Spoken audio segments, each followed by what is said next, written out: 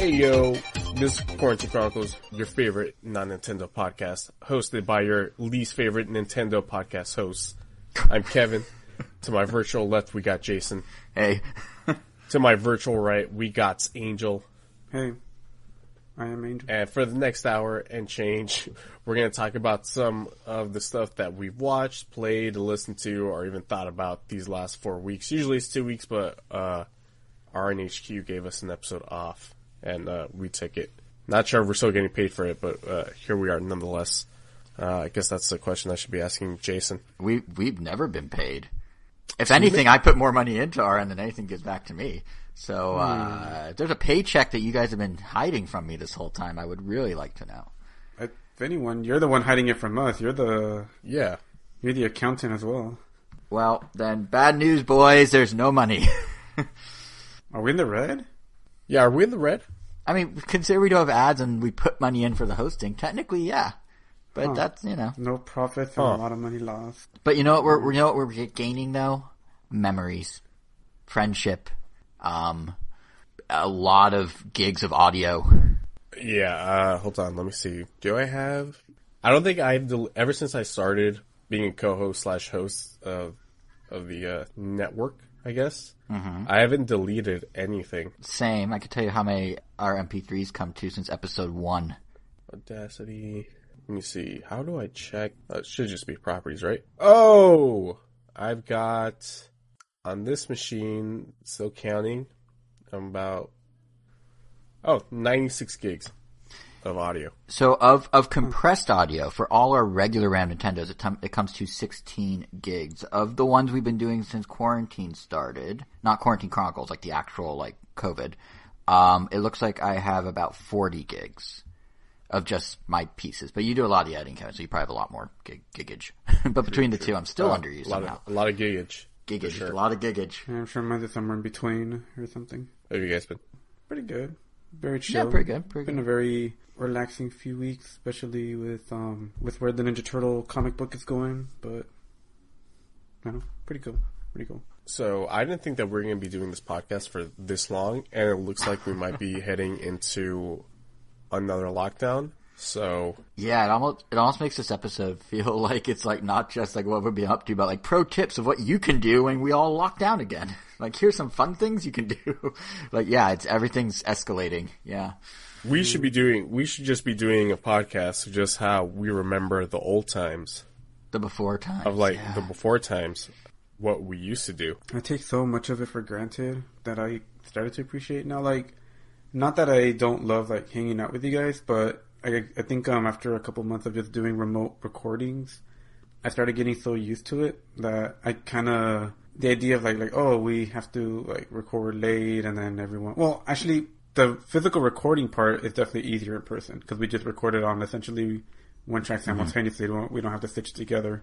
But yeah, I definitely forgot how fun it was to just kind of hang out after, watch random stuff, go get something to eat. Burritos at 1 a.m. as we did very regularly, yeah. Yeah, I just kind of got so used to just like, oh, I guess I have the rest of the day or the rest of the night or whatever.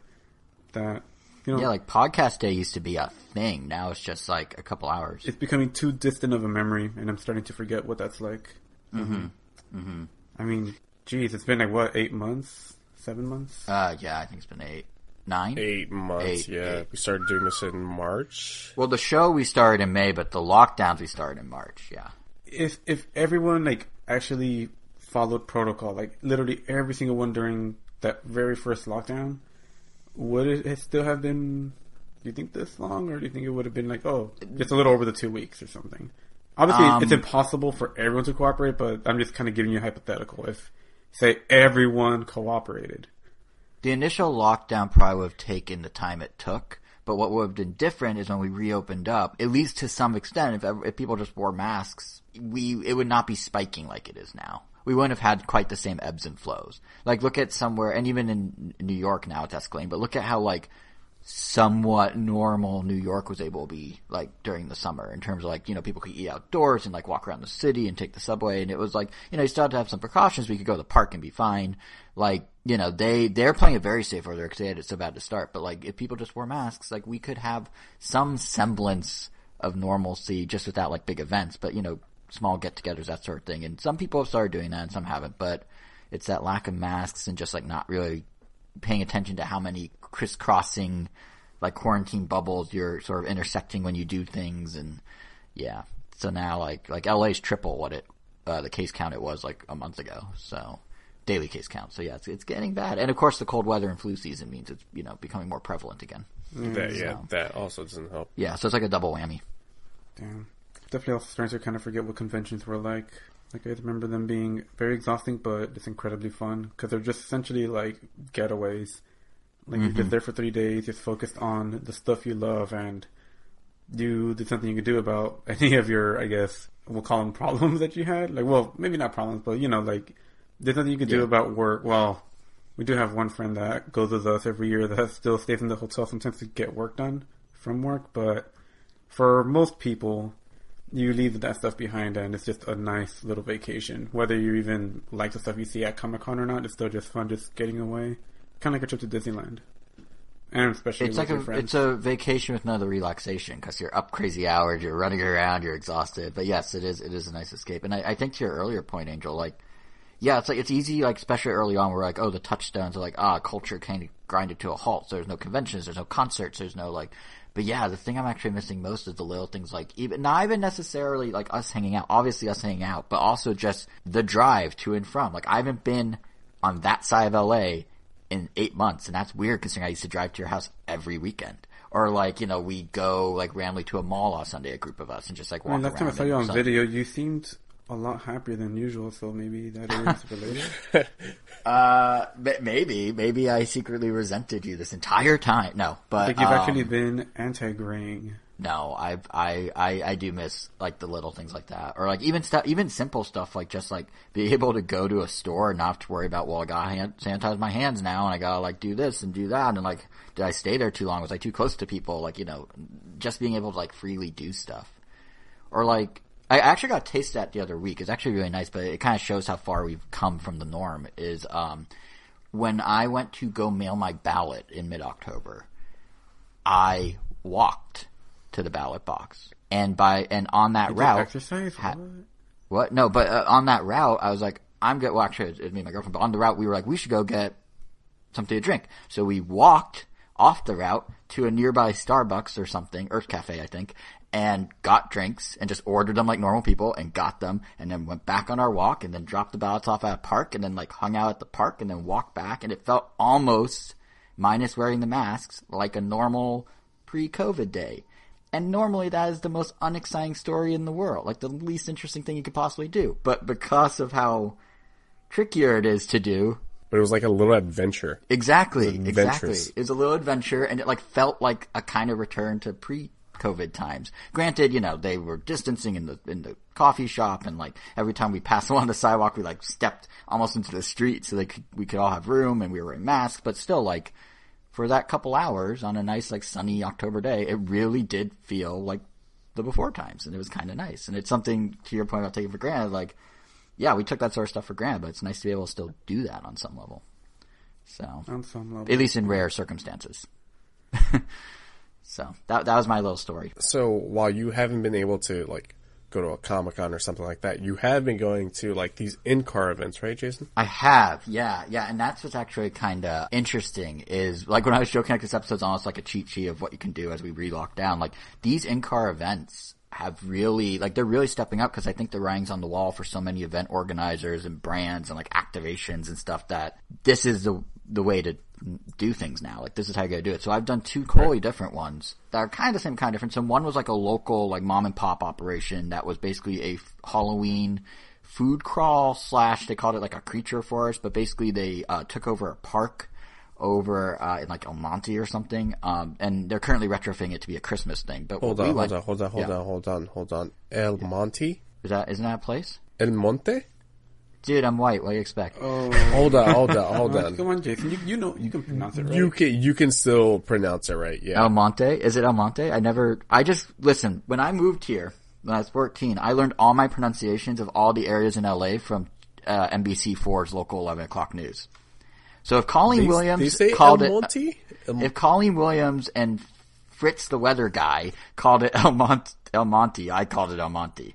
Like I learned like T though. Oh, I mean, I guess Yeah. yeah. The weird thing is they should call it El Mont. El Mont. It's if it's either, English, it's either El Mont, or El Monte, but not El Monte. Yeah, there's no double E. yeah, like it. Yeah, maybe I just said it wrong. And I just keep thinking of Monty Mole every single time they keep saying Just throwing wrenches as cars go by. Yeah, El Monty Mole. El Monte Mall. Well, at least going forward, you could say that one right, I guess. I can, yes. Thank you for enlightening me. But yeah, so there's one over there at a lake, and that was kind of a mom and pop thing. And then I did another one that was Stranger Things. But the mom and pop one was, and they were very different experiences. So like the mom and pop one was, they called it like a creature forest, and basically what they did is they had you go to this park around a lake. It happened to be extremely foggy that night, which worked out for it because it's Halloween themed.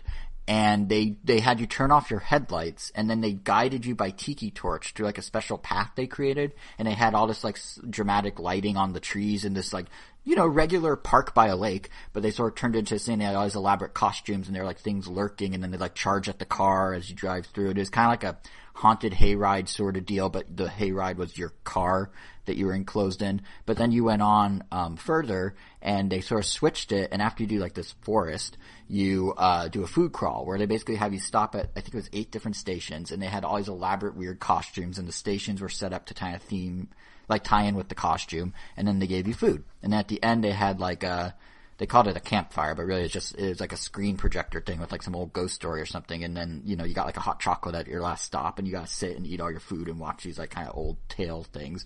And it was definitely sort of like a lower budget affair, but it's kind of one of those things that, like, you know, people are making do and coming up with some creative ways to let you do stuff while still being COVID safe and in a car. And I suspect like that sort of thing is probably popping up all around the country. So whether or not you're here in LA, like those sorts of things are kind of a nice reprieve from the boring staying at home all day.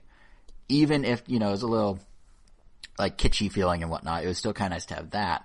But then what LA has that's really cool was the Stranger Things drive into experience, they called it. And I don't know, are either of you guys thinking of checking it out? Have you heard anything about it? Like, I don't know if I want to. I could do. What I've heard about it made me not want to do it, but. Really? Of course you would say that. I don't know. It might be the way the person described it, but it just doesn't sound like it was me. A good you're calling me out. Kevin? I've never really been a Stranger Fans thing. A Stranger Fans thing. A Stranger Things they're not fan. human. Yeah, I get it. Stranger I'm Things subhuman. fan, so it just it could be cool. I'm sure, regardless if you're a fan or not, the experience could be cool. But it just hasn't grabbed my attention that much. I'm definitely more like, I don't know. I can't say I definitely don't dislike Stranger Things, but I also wouldn't say I love it. I think I just like. I watched enough and I guess enjoyed it just enough to watch like another episode, and at some point I definitely had I was kind of stuck in that sunk cost fallacy where I'm just like, oh, I'm too invested, I just need to keep watching it. So like I kind of watched like season 3 out of might as well instead of I want to see what happens next. That's how I was with the Twilight series. Oh, I've never seen a Twilight, I'm proud to say. Surprised you even got to that point. shit you not, I saw the You love the first 2 movies, like, kind of out of spite, and then I was like, well, I've already seen half the movies, I might as well see the other 2. I mean, I guess. Yeah. I mean, I do get that. You're already so invested. Yeah. I mean, I think the first season was fine, or definitely the best one. I feel like the other 2 definitely just felt like it. I don't know. To me, it didn't feel like maybe part 2 so much a little less so, but they kind of felt like something needed just to keep the plot going instead of the way it would naturally grow. I guess I don't know. I don't know. Well, I think with Stranger Things, it's interesting because it was supposed to be, as Angel, you once told me, it was supposed to be an anthology series, right? Yeah. So they had their story arc for season 1, and they're like, cool, done. And then it took off in such a way, and those actors and those characters became so popular overnight that Netflix, understandably from a business perspective, was like, well, hold on, double down on that, please. Now triple down, now quadruple down. So yeah, it did. So the way I felt about it is almost exactly how it was supposed to be then. I mean, not that they did a horrible job with the other 2. It's just that, like, I definitely got that vibe, I guess, before I even found that out. That it was like, that it didn't really feel necessary. Season 2 feels like it was trying to follow the same beats as Season 1, but with a different just theme. So Season more. 1... Yeah, like Season 1 was all Dungeons and Dragons, right? And then Season 2 was them like, well, what if we do another 80s analogy? And it ended up being Dig Dug, of all things, essentially. Which I was cool, because there's like a really, like low-key, like, it was a Dig Dug without actually being Dig Dug. So it was like kind of a cool, like, little subtle video game reference. But, Season 3, they kind of threw that idea out the window and then just did, like, I think, well, they didn't really do, like, a tribute to a specific thing. They kind of mixed and matched, like, different 80s, mid-80s genres, and horror, and, like, sci-fi and stuff. But, yeah, it definitely, Season 2 felt like it was trying to repeat Season 1. Season 3 felt like they finally were like, alright, let's do something a little different. And apparently Season 4 is even more different than the others from what I've been hearing. So, maybe they kind of found their groove of how to evolve it. But yeah, I think Season 1 was definitely the strongest. And then maybe Season 3 and then Season 2. Yeah. But, I mean, that's but kind of the case with all these experience... things. I mean, like, even the Halloween movies, they were supposed to be also an anthology series, but Michael Myers is just too popular that it just kept going. Yeah, and Season of the Witch wasn't that great. Of which? Season of Halloween the Witch, 3? that was the yeah, but yeah, so the Stranger Things thing, the reason I asked you guys up front how much you care is because if anyone is in LA and plans to go, I'm gonna kind of spoil how it is, because I feel like talking about what they did really emphasizes, like, the contrast of types of events that are now being put on. Yeah, if you're really interested in like, going, don't listen to this explanation. I'm just kidding. Yeah, just skip, like, a few minutes ahead. Use the timestamps on the blog post. But anyway. Damn it, I forgot it again. that's why I A'd at the end there. But, basically, it was like 3 parts. And they actually did, Kevin, for your reference, they do it at Road DTLA. So where we had Adult Swim Fest and everything. Oh, yeah. Yeah, so and that's a great event space in LA, because there's a huge open area and it has a huge parking structure. So they use both. So you go, and the theme of this thing is it's a Hawkins High School reunion. And the mall, Starcourt Mall from Season 3, is where it's being held. But there's recently a chemical leak under the mall, which is a nod to Season 3. So you have to stay in your car. It'll be a car-based reunion, but they'll have, and so they kind of like weaved in why we're all in our cars. Question. Yeah. Are you guys, so this isn't like a car wash where you're like on a rail? No, you drive through. You actually have to drive, right? You drive and stop. You stop and go.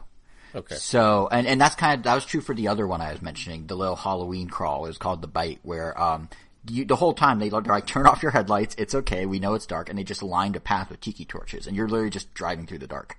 Mm-hmm. And this was kind of similar, where they had you turn off your headlights, and they either were having you drive down set paths, or they like had people instructing you on where to go, and it was very elaborate. But yeah, so basically it starts, and you're kind of in this holding area outside, and this is for anyone who wants to do any of these events.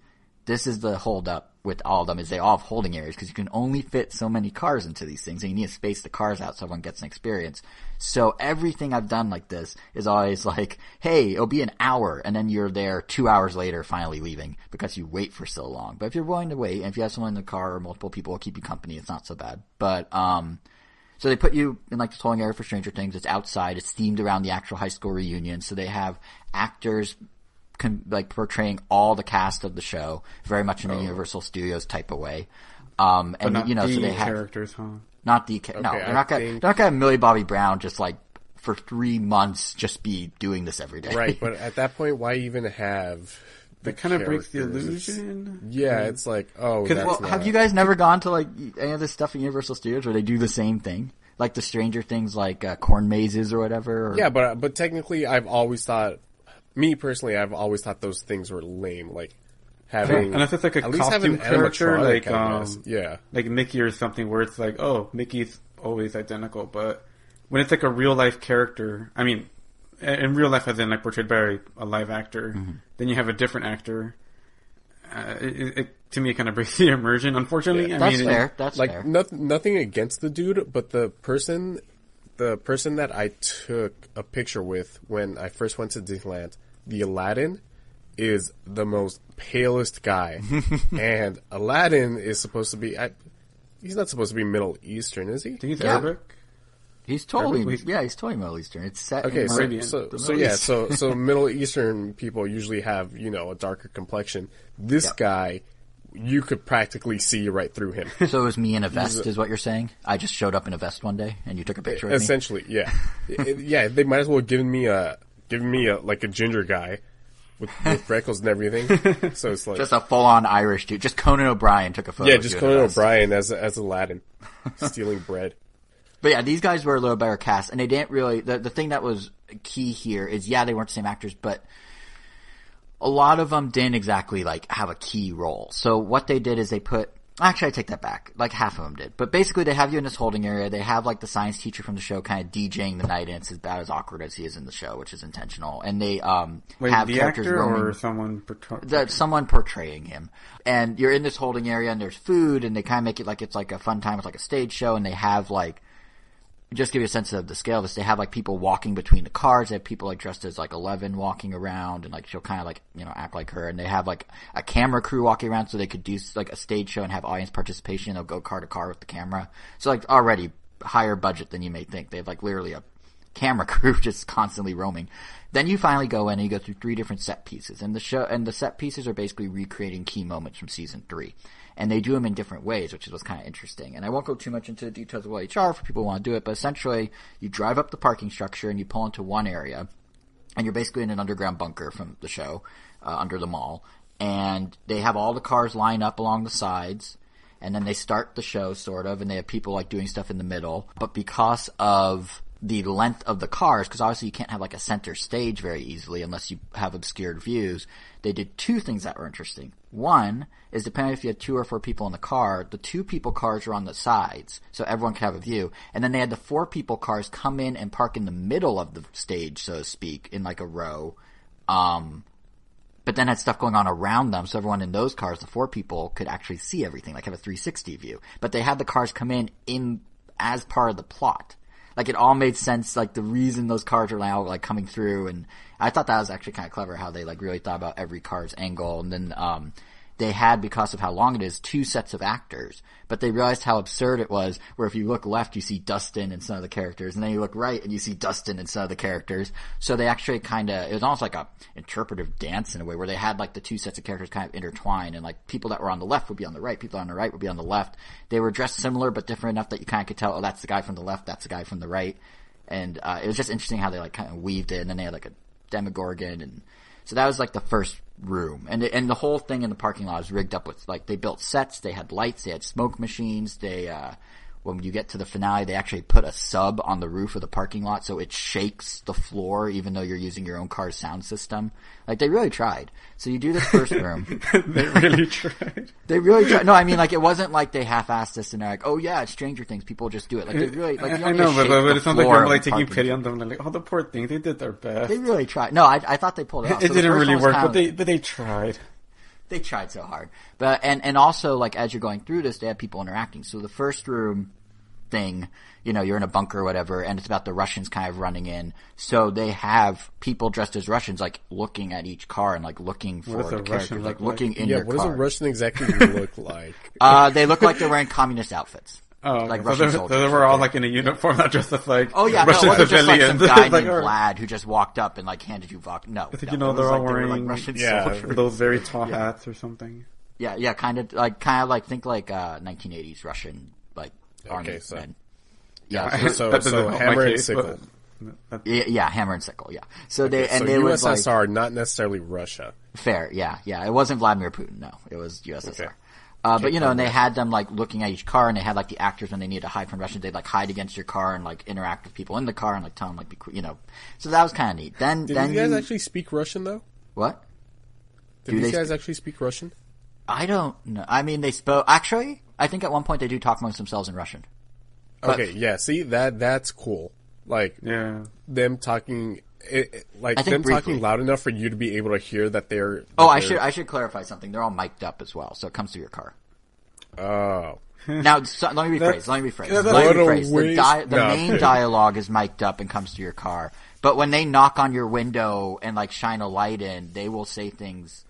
Because not all of them have mics. So, like, the people that are hired to basically be the window knockers, they will, like, say things through the glass to you, yeah. But I don't remember if that was in Russian. Did they require you guys to wear masks? As long as if we ever pull down our window, like, roll down the window to, like, get food or something, yes. Otherwise, when you're in the car, you can have your mask off. Because you're in an enclosed space, yeah. Okay. So that was, like, the first room. Then they have you drive up a ramp, and you enter the upside down, and they, like, turn this ramp into, like, it looked like you're, I don't know, they like, the whole thing. What? What? No, they don't flip your No, car. they don't. They do not flip the car over. But they do like have you go up this ramp where it's like, like they completely convert into this big glowing blue thing with like a light at the end of the tunnel, and the music syncs up. They did it with like local FM radios, so they spaced out the parking structure enough so each time you went to a different floor, you didn't have to change the channel, but the audio appropriately switched, which was kind of cool. But you sync up and like the synths are getting super intense and like it's getting really like Stranger Thingsy sounding, and then you round the corner. Love the soundtrack. It's it's throughout this thing. And you round the corner and then like you're in the upside down to the point where they are shooting the little like debris at your car. Like they set up, I guess it was bubble machines that had like food coloring in the bubbles or something, but the way they shined the light on it, they basically made the like drifty, ashy snow of the upside down. And as you're driving through it, it's like hitting your car from every angle. And it leaves a mark on your windshield when you're done. And I washed my car that day, and I was like, "Damn it!"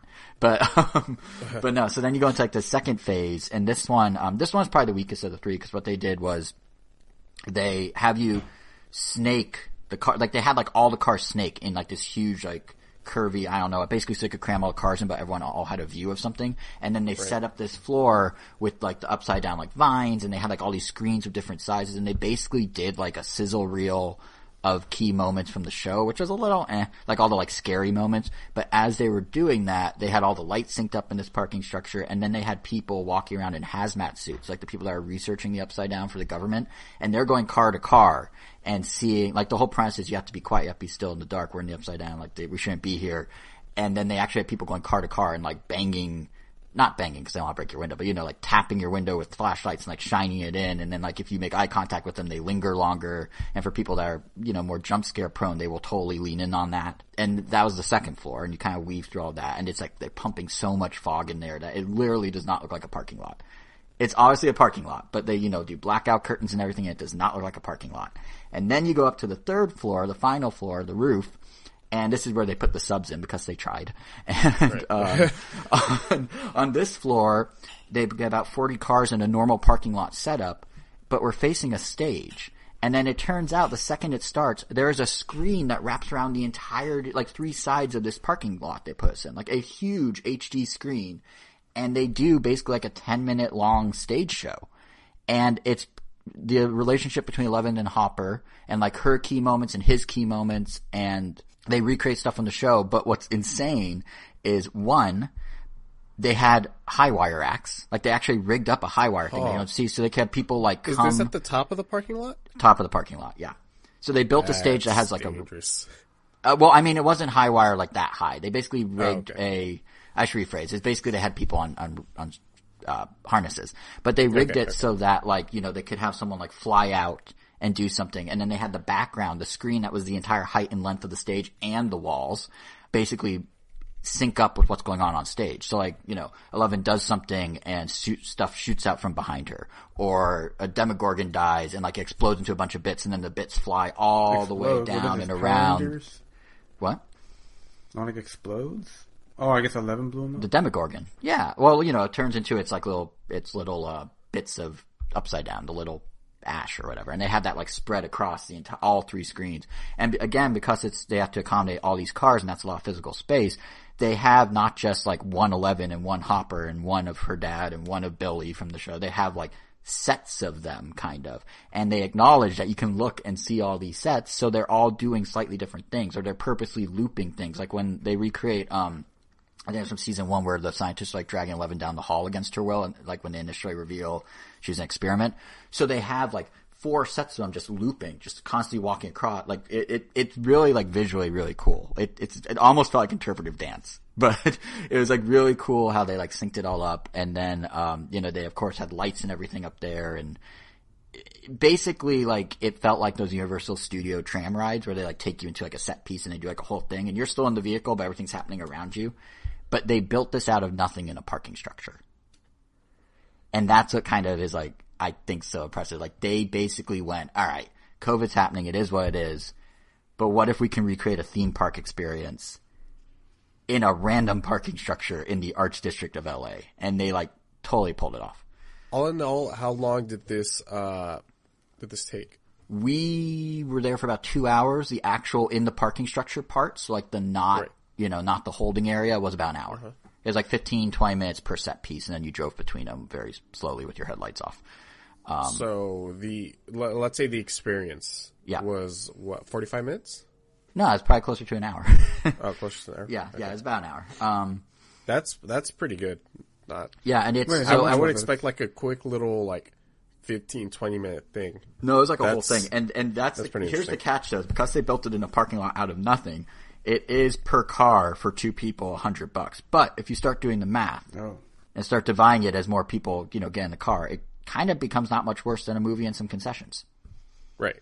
So it's really not that bad. I would say, like, for $50 a pop when it was just me and Rachel, I would say that was, like, we both were very happy with it afterwards. We thought it was very cool. And we did it on Halloween, which was, like, kind of perfect. But, yeah, like, I think, like, that scale of in-car event is probably not going to be all over the country or readily available. It'll probably be in all the major cities. But, like, the idea that companies are kind of figuring out these things and, from the range of the little kitschy, like, adapting, I spent I guess. 2... Yeah, exactly. And I spent like 2 minutes talking about the like little Halloween crawl we did, and I spent like 10 minutes talking about Stranger Things, and the fact that both of those, were something that like didn't exist before this. It was all because of COVID, and now there is this range, and the crawl was like a third the price of the Stranger Things thing. Like there's going to be options. So if people are feeling cooped up, it's at least nice to know that like companies are starting to adapt and actually do things and make things that you can do while being safe still. And they're like, totally different than anything you've done before, for better or worse. Like, obviously, it's a little less interactive if you're in your car, but like, that's an experience where you like drive through on your own terms and like have a stage show like kind of surround you that it wouldn't happen pre-COVID. So like, there's some advantages to it too, because you're getting new experiences. So that's my long ramble about this stuff, but. No, that's pretty cool. I do remember when me and a couple of friends were taking a road trip down to Austin, Texas. Mm-hmm. I think it was in Arizona that we passed by. It was. I'm sorry. Was it Arizona? Was it Arizona? Do you know what I'm talking about? Is that what you're gonna say? Oh, never mind. No. Sorry. They have a bear park that you drive through in Arizona called Arizona. For all I know, that's what we passed by. But since it was near Christmas. Or I think it might have been after Christmas. It was like this little drive-through experience that looked really, really nice. It was like really bright. It was really colorful. Especially since we passed it during the night. It was just like a bunch of cars lined up this snaking runway. Mm-hmm. But it obviously didn't look anywhere near as interactive as this. It was literally just like a bunch of lights. It was almost like you're going through It's a Small World, but just like right. Within, I don't know, a quarter of a mile. Huh. Yeah, and I suspect there's going to be all over the country a lot more of that sort of thing going into Christmas because, even here in Torrance, like 15 minutes from my house, there's a neighborhood that's dubbed Candy Cane Lane because everyone in the neighborhood puts up Christmas lights to like an extreme and people just drive through as kind of a DIY like version of one of these experiences. But I guarantee you a lot of companies, big and small, are going to be looking at doing stuff like that. And what's crazy that you don't think about is even on the small scale, even like the little food crawl one we did, the logistical planning required to figure out, like it's one thing to be like, okay, we have this many people and we have this much capacity. It's another thing to be like, well, cars vary in length and it's dark and there's this and there's that and there's safety. Like the logistics of figuring out how to turn a parking lot, for example, into a weaving upside down, like I can't imagine how like long they had to sit there and like map things out on like a piece of paper and be like, well, if we put a curve here, does it buckle into this one? And like, what about this screen? Right. And when you get that width, then it's crazy, like the amount of effort that requires. But it's nice that people are doing this because I think we do need, especially as things are locking down, more of a reprieve. And these are. Yeah, I would hope that this being done like all over the state. Unfortunately, I doubt that, some little place down in Kansas some little town down in Kansas is going to be fortunate enough to have an experience like that. But I don't see why like, metropolitan areas, New York, Dallas, or like any of these places wouldn't be able to do it. Yeah, and I could see more companies, even if they're short term. Like the Stranger Things thing was extended through spring. It's so popular that they're doing it through spring now. Damn. But Wow. because they realize they have nothing to do with that event space. Road Detail is made for festivals. It's made for events. It's made for Smorgasbord, which is a big food thing out here. There's no reason that you can't do any of that. So they just rented the space for like 6 months. So do they play like a trailer of season 4 at the end, or is this like trying to tie into that at all? Or there's one thing they alluded to that I was like, I don't remember that being in the show, and I was then corrected that it was in the show, but I don't think it was in the show. So there might have been a little.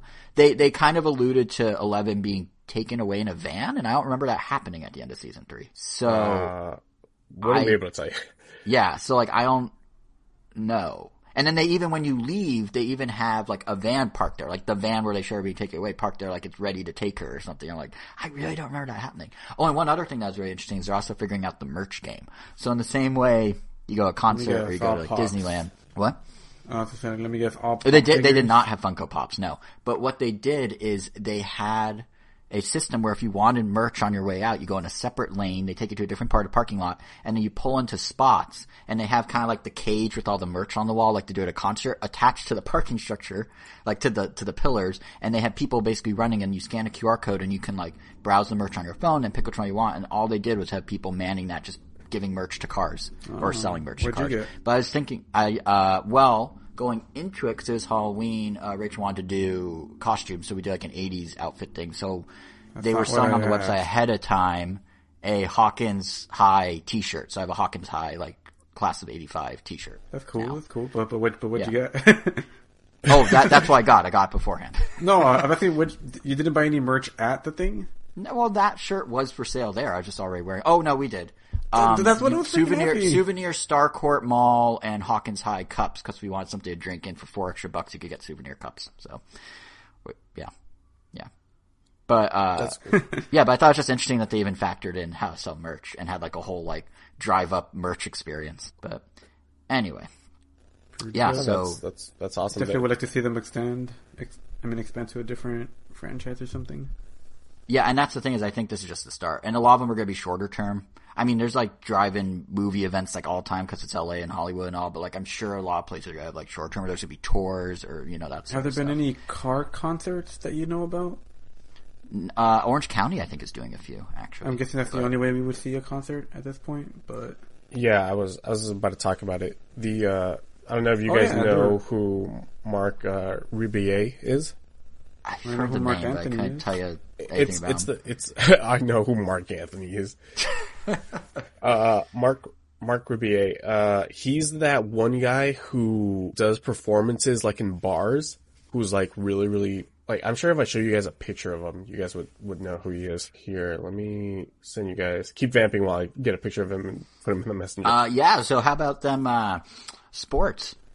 You know what? My Detroit Lions have been having an amazing season. So your Detroit Lions. Hold on. Have you actually followed the teams? Like, are you really that invested in this? Yeah, I Google Detroit Lions every once in a while just to see how they're doing.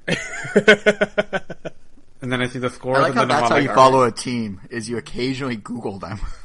Well, I mean, that's a good... So I'm unfortunately a Jets fan. So why? Why would you do that? I don't care about sports, and I know that's a bad choice. Because I always pick New York teams. Okay. I always do. I've never lived in New York. I've never been to New York. I just had this thing that I always pick New York teams, and sometimes I pick the wrong New York team. Okay. So when it comes to football, I unfortunately chose the Jets, and then with hockey, I unfortunately chose the Islanders over the Rangers. No, because at that point I'd be a bandwagoner. I can't believe you chose the Islanders over the Rangers. I mean, like, so I used to go to New York every year. The Islanders are doing much better than they were when I started following them. But yeah, like when I was a kid, I went to a Ranger game a year every time I went to New York, and like they feel like the New York team. Like the Islanders are like they play like in a different borough, not in the heart of Manhattan. I'm pretty sure they play in New Jersey. They do, yeah. I think they play in Newark or something. I think they shared an arena. I think they might have stopped. I think they're now actually in Brooklyn at Barclays, but I'm pretty sure they shared an arena with the New Jersey Devils, which is ridiculous because one's New Jersey and one's New York, but they play in the same place. How does that work? But yeah, now they play in Brooklyn though. Yeah. 9-9. And I don't really have a New York basketball team, but. There literally is only one. I'm surprised that Angel is this dedicated to the running gag. Well, because we actually have stuff on the line. Well, I don't have stuff on the line. A friend does. You might get a free jersey if they win it. If they win the Super Bowl, right? Isn't that what the No, Wait, did you no, say no. that the Detroit Lions were having a great season? If they get to the playoffs, They're fourth in their standing. Kevin, he doesn't understand sports. I mean, I don't either, but like I thought that it maybe was. to him that is I thought great. it was like golf. Like less points means good, or No, It's not absolutely golf, not. dude. To be fair, the Lions do have 3 wins and 5 losses compared to the Jets having 0 wins and 9 losses. Oh my Are god! they the worst team? The Jets are dead ass the worst team. Of course, you would end up following the worst team. The Jets the Jets are the only team this season that haven't won a game. Wait, Wow. did they lose to the Dolphins? Ooh, my Kevin, hand I'm just gonna point Okay, out no, they didn't lose to the Dolphins, you but- chose to bring up on a recorded record that you're a Jets fan before checking their score. So before checking their record. So Well, I've been a Jets fan for about 3 years now. Okay. I was expecting Now, a lot let's longer see- than 3. Okay. It's not too late to change. If I chose because apparently the Giants are 2-7 and they're 4th. Wait, in so their, can the Lions still make it, or is it already too late? I'm gonna say it's already too late. I mean, not I honestly because you don't know. think they're gonna lose more games, but like, is it still possible? No. Wait, was this bet that they would go all the way to the Super Bowl? No, the bet was more like I was just infatuated by the Lions because they did an Animal Crossing game schedule video, and so I'm like, oh, they're like an awesome team because I even like downloaded the shirt in Animal Crossing and I put it on my villager, and then our friend Nigel, he said that like, oh, if you like, he was just like, oh, you're actually getting into football. Well, like if they make it to the playoffs, I'll get you a jersey with your name, and if they make it to the Super Bowl, I'll get you a ticket to the Super Bowl. So I was like, oh, might as well go for that then. You want to know why he said those things? Because he knew that the Lions were not going to make it to either. Well, yeah, I mean, because that's, frankly, it's there are just- not I mean, I gonna know be they're tickets to both the things are Super really Bowl this year. expensive. I mean, I feel it's a safe bet, but I think. Can you imagine the Lions at the Super Bowl? Yeesh. Can you imagine there being a crowd What at a the Super season Bowl? that must But be. but that the Lions are as, gonna but make as it time to the went Super on, Bowl. you know, like the Lions have given me more reason to be a fan of them than any other team has given me. So I sort of started growing attached to them. So maybe they might not win this time, but I will be keeping an eye on them. See, Angel, they gave you more reasons to be a fan because they're the only one you're paying attention to. hey, they got my attention. I don't see the other To be fair, teams doing that. They did. grab True, his- true. Any Okay, team props could have to done them, they that, did. but they're the ones that did. So Fair. All right. But Kevin, you were talking about concerts or something, and I jokingly was like, "How about sports?" And now we're on sports. What were you guys saying about concerts? Mark Ribier. Yeah, I do he recognize him has- in the photo. Yeah, he did a drive-in concert at the Rose Bowl. concerts. Yeah, there's been stand-up comedians doing shows at the Rose Bowl as well. Yeah. Yeah. I think, speaking of stand-up comedians, I'm pretty sure Hannibal Buress was one of the guests of Mark's tour. I really wanted to go to that show, but man, tickets were way too expensive. How much was it for? Because you're in your car and there's no like. Yeah, how you're much in a was car. It? I think it was $240 for 4 people in the car. So I mean, like If you once could you find divide it up, enough people, it's not that yeah. bad. But especially like if you want to go by yourself, I think it was like $80. Yeah. Yeah, it must And be I don't know enough Mark Ribier fans to be like, hey, you guys want to go? It also must be so weird to like go to a concert, like for the performer to be on a stage where the most you can get are some honks. Like you can't hear laughter, you can't hear cheering. Like it was interesting watching like the stump speeches of like Biden and Obama going into the election where like they were talking to a sea of cars and like Obama be like, "Are you fired up?" and everyone just like beep beep beep beep beep beep beep and that was it. And it was so Wait, strange. is that what people It felt- were joking about the Jeeps or something like that, or is that something else? the No, that Jeep. was something else. Oh, the Jeep thing? Yeah, no, that's something Yeah. else. But yeah, it's just like, it's such a weird time, but people are making it work. And that's kind of nice. Because we're in this for at least a few more months. It's kind of nice, huh? It is. You know what else is nice? My wife. This is. Wow. We've been a little delayed on this, but Yeah, we have. Borat 2 came and went. That's literally how it feels.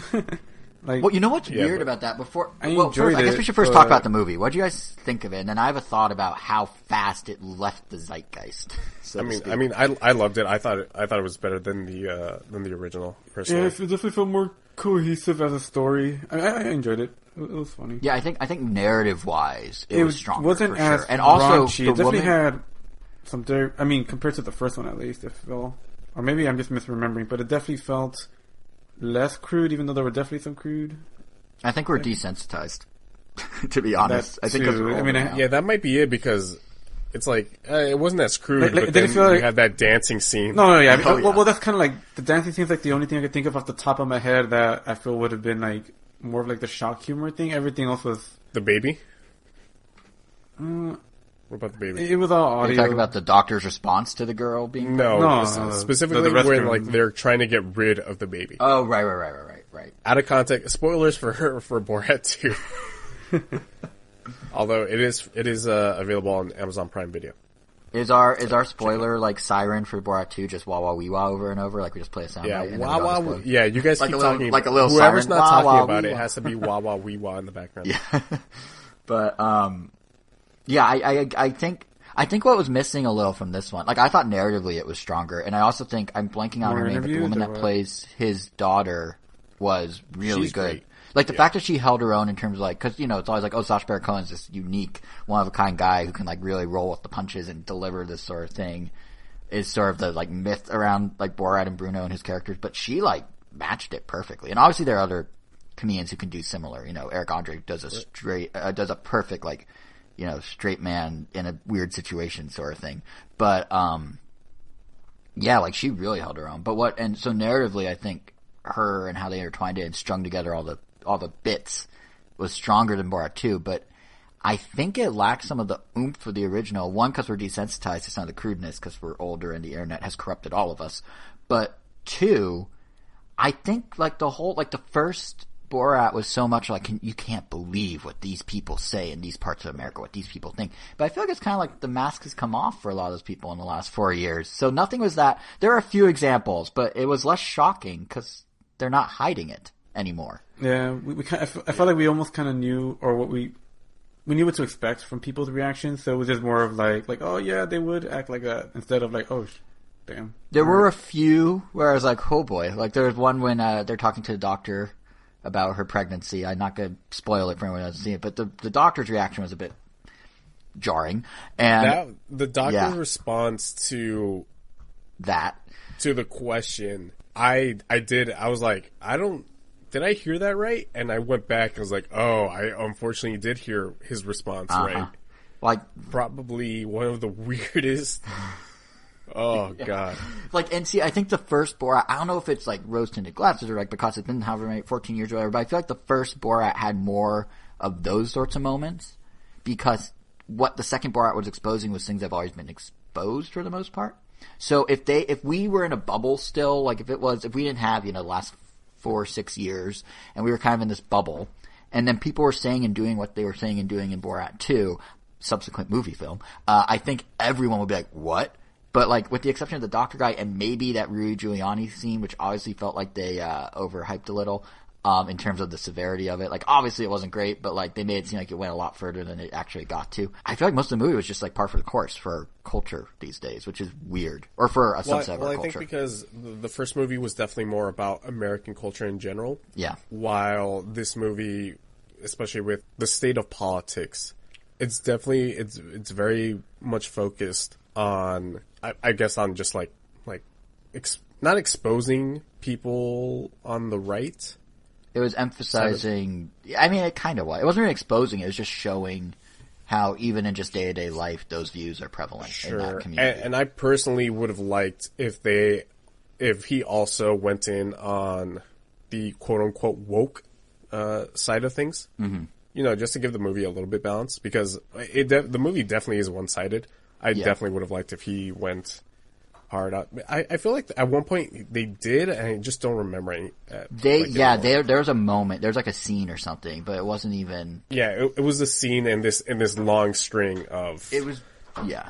The movie was definitely like it was post This Is America or whatever or not This Is America. What's his show on Showtime? Who is America? Who's America? Who is America? Yeah, This Is America. Who's America is also hilarious. Yeah, but this is like definitely post Who is America, with Sacha Baron Cohen has been more vocal in terms of specific politics opposed to just exposing like kind of the weirdness of. Right. Although the first one was pretty specific too, if you think about of the Bush era, really. So I guess they kind of line up, but The thing that was so weird to me is I said, like, the oomph wasn't there in the movie. I feel like the oomph and culture wasn't there. Like, this thing came and went in a heartbeat. Like, it's kind of, you know... Was it because it was only free for a day, or... I mean, no, I think it's because the accessibility. Like, I think, honestly, to the point before about how, like, COVID's changing society and we're going back in lockdown and some things we take for granted, I think something we took for granted is, like, how movie culture was and how it now is. Granted, we haven't had as many big blockbusters, but, like, in my opinion, it felt like there were movies that were, like, tentpole, like, cultural moments, or movies that really, like, captivated the country or the zeitgeist or whatever you want to call it for a little bit of time. And obviously some of those got pushed off, right? Like, a bunch are next year now. But the ones that came through still, like Borat, it kind of what happened with Netflix. Like, remember when Netflix would drop all their, they still do, drop all their episodes for a show at once, and everyone watches it, and like over the course of like 2 days, the entire discourse of something comes and goes, and then all the other streaming services are like, well, you know, we should actually trickle them out. We should Game of Thrones it. We should, you know, do that sort of thing. Mandalorian it. So like, there's a weekly conversation to be had, and they kind of force it to be like kind of a cultural thing for people who care about the show, and it builds up momentum. Movies, while they are a one-time release, I feel like because you had to go to a theater and like plan it for a weekend or like hear from a friend, it's worth spending the money and the time. Like they were able to draw out a movie to a longer period of time. So like Borat 1, the reason everyone was able to walk around going, my wife and while we was, cause like, it's like, oh, did you see it too? Are you in the know? Okay, but now I'm gonna like tell these other people about it. Or something. Yeah, kinda. It's like, it's like a Frankenstein thing. No, but, if you just throw it on Amazon Prime, like if I say to you guys, like if someone's listening to this, they're like, you should watch Borat, they'll be like, okay, and they'll hit pause on the podcast, they'll walk 5 feet to their TV, they'll hit the Amazon Prime button, and they'll watch it. And that's it, and then they're done. And 2 hours later, like, yeah, okay, and the conversation just stops. Or they tell someone else, and the conversation goes for about 12 more hours, and then it stops. But like when movies were a thing, when there was like, or like Comic-Con, you were mentioning conventions earlier, Angel, when, there's like a hype cycle and they really like ramp it up and then kind of let the audience carry it after that. Like, it felt like movies were like an event or like a big deal. And not every movie ever was, and there's some exceptions. I feel like Palm Springs had a weirdly long stretch of people talking about it this summer, given that's just a Hulu streaming movie. Like, it was like for 3 or 4 weeks I kept seeing references. But, for the most part, it feels like these are very flash in the pan moments, which is strange because movies used to be such like watershed key, like defining moments in culture for a little while, and they just kind of come and go now. Like, there's so many on Netflix. Like, there's that one with Charlize Theron where it's like some war movie or something, and like for a day people were talking about it, and it kind of disappeared. And there's some exceptions still, like, what's that chess thing that everyone's watching? Queen's Gambit? Queen's Gambit. Like, I've heard a lot of people talk about that in the last, like, 2 weeks or so, but I bet you in a month no one's going to talk about it. No, I'm just saying in general. Like, there's still, like, some, like, flashpoints that get people's attention.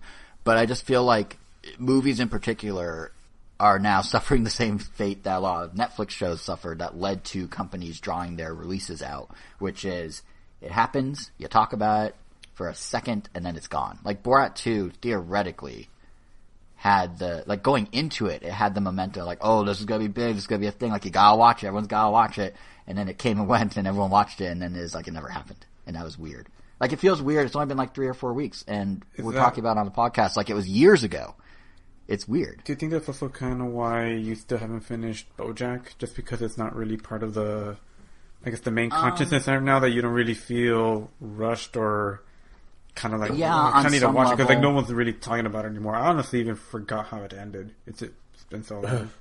On some level, this is a me problem because I really like being in like the like I'm really weirdly into like being in like the rise and fall of certain like just in terms of like, I want to talk about this, I gotta go see it and see why. He can. But I feel like what? Oh yeah, like I'm talking. Yeah, Mr. went to the Xbox presentation just because he can. Well, no, that's different. I like the game industry. I've told you about this so many times. I like the game industry.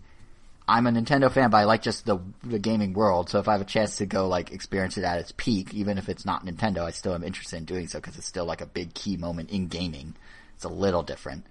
Like it's still fair. Cool to see them put their best foot forward. I will say, President Angel probably would have gone and not passed it. Well, you're also pining for experiences, I feel like. So it's a little different. Oh, no, not because of COVID, but just... Oh, yeah, well, you're more in the into the gaming industry than you were before, so quite literally, so makes sense.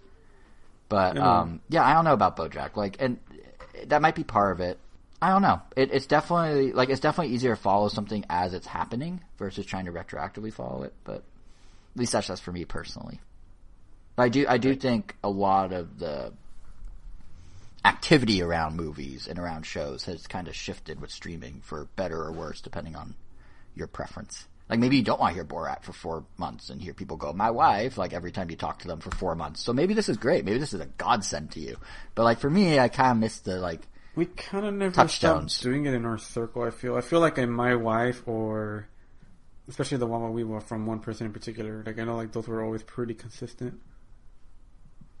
Yeah, and there's also, not like, super there's often, no way but they Borat, did come out, like, in regular, like, at least once a month, someone would make a Borat reference or something. Right. Yeah, and like, it's hard to recreate that level of, like, cultural relevance. Like, obviously, you know, a weird example that's not quite to the same extent, but, you know, when American Pie 1 came out, the whole, like, pie scene and everyone referencing that sort of stuff, and, like, Stifler and, you know, all those things were, like, big. And maybe I was just too young to remember, but I don't remember American Pie being, like, a huge... It wasn't the same extent of Borat by any means. No, my point was, though, when the first American Pie came out, like, those things kind of were out there, but it's not like when the second, third, fourth, fifth, sixth, and then the female-focused one that just came out. It's not like when those come out, people are suddenly like, hey, remember the pie? Like, it came and went. Now extrapolate that out to Borat, which is much bigger, and they make a sequel, of course, it's not gonna have the same sort of, like, pull as the first one did in terms of, like, those jokes or running gags. Like, MTV obsessed over American Pie 1 for a while there. Like, I remember watching TRL and they constantly make references. And then, like, the second one came out. It's like, oh, well, okay. No one cares anymore. So there's some of that, too. It's not just because Borat was streaming, but... Yeah. Right. Anyway, I feel like I talk more about the response to Borat than Borat was. than to actual Borat. Yeah. Which isn't the point. What were your guys' people... favorite... What were your guys' favorite scenes? That's it. You guys go first. I need to think about that. I don't know. Huh.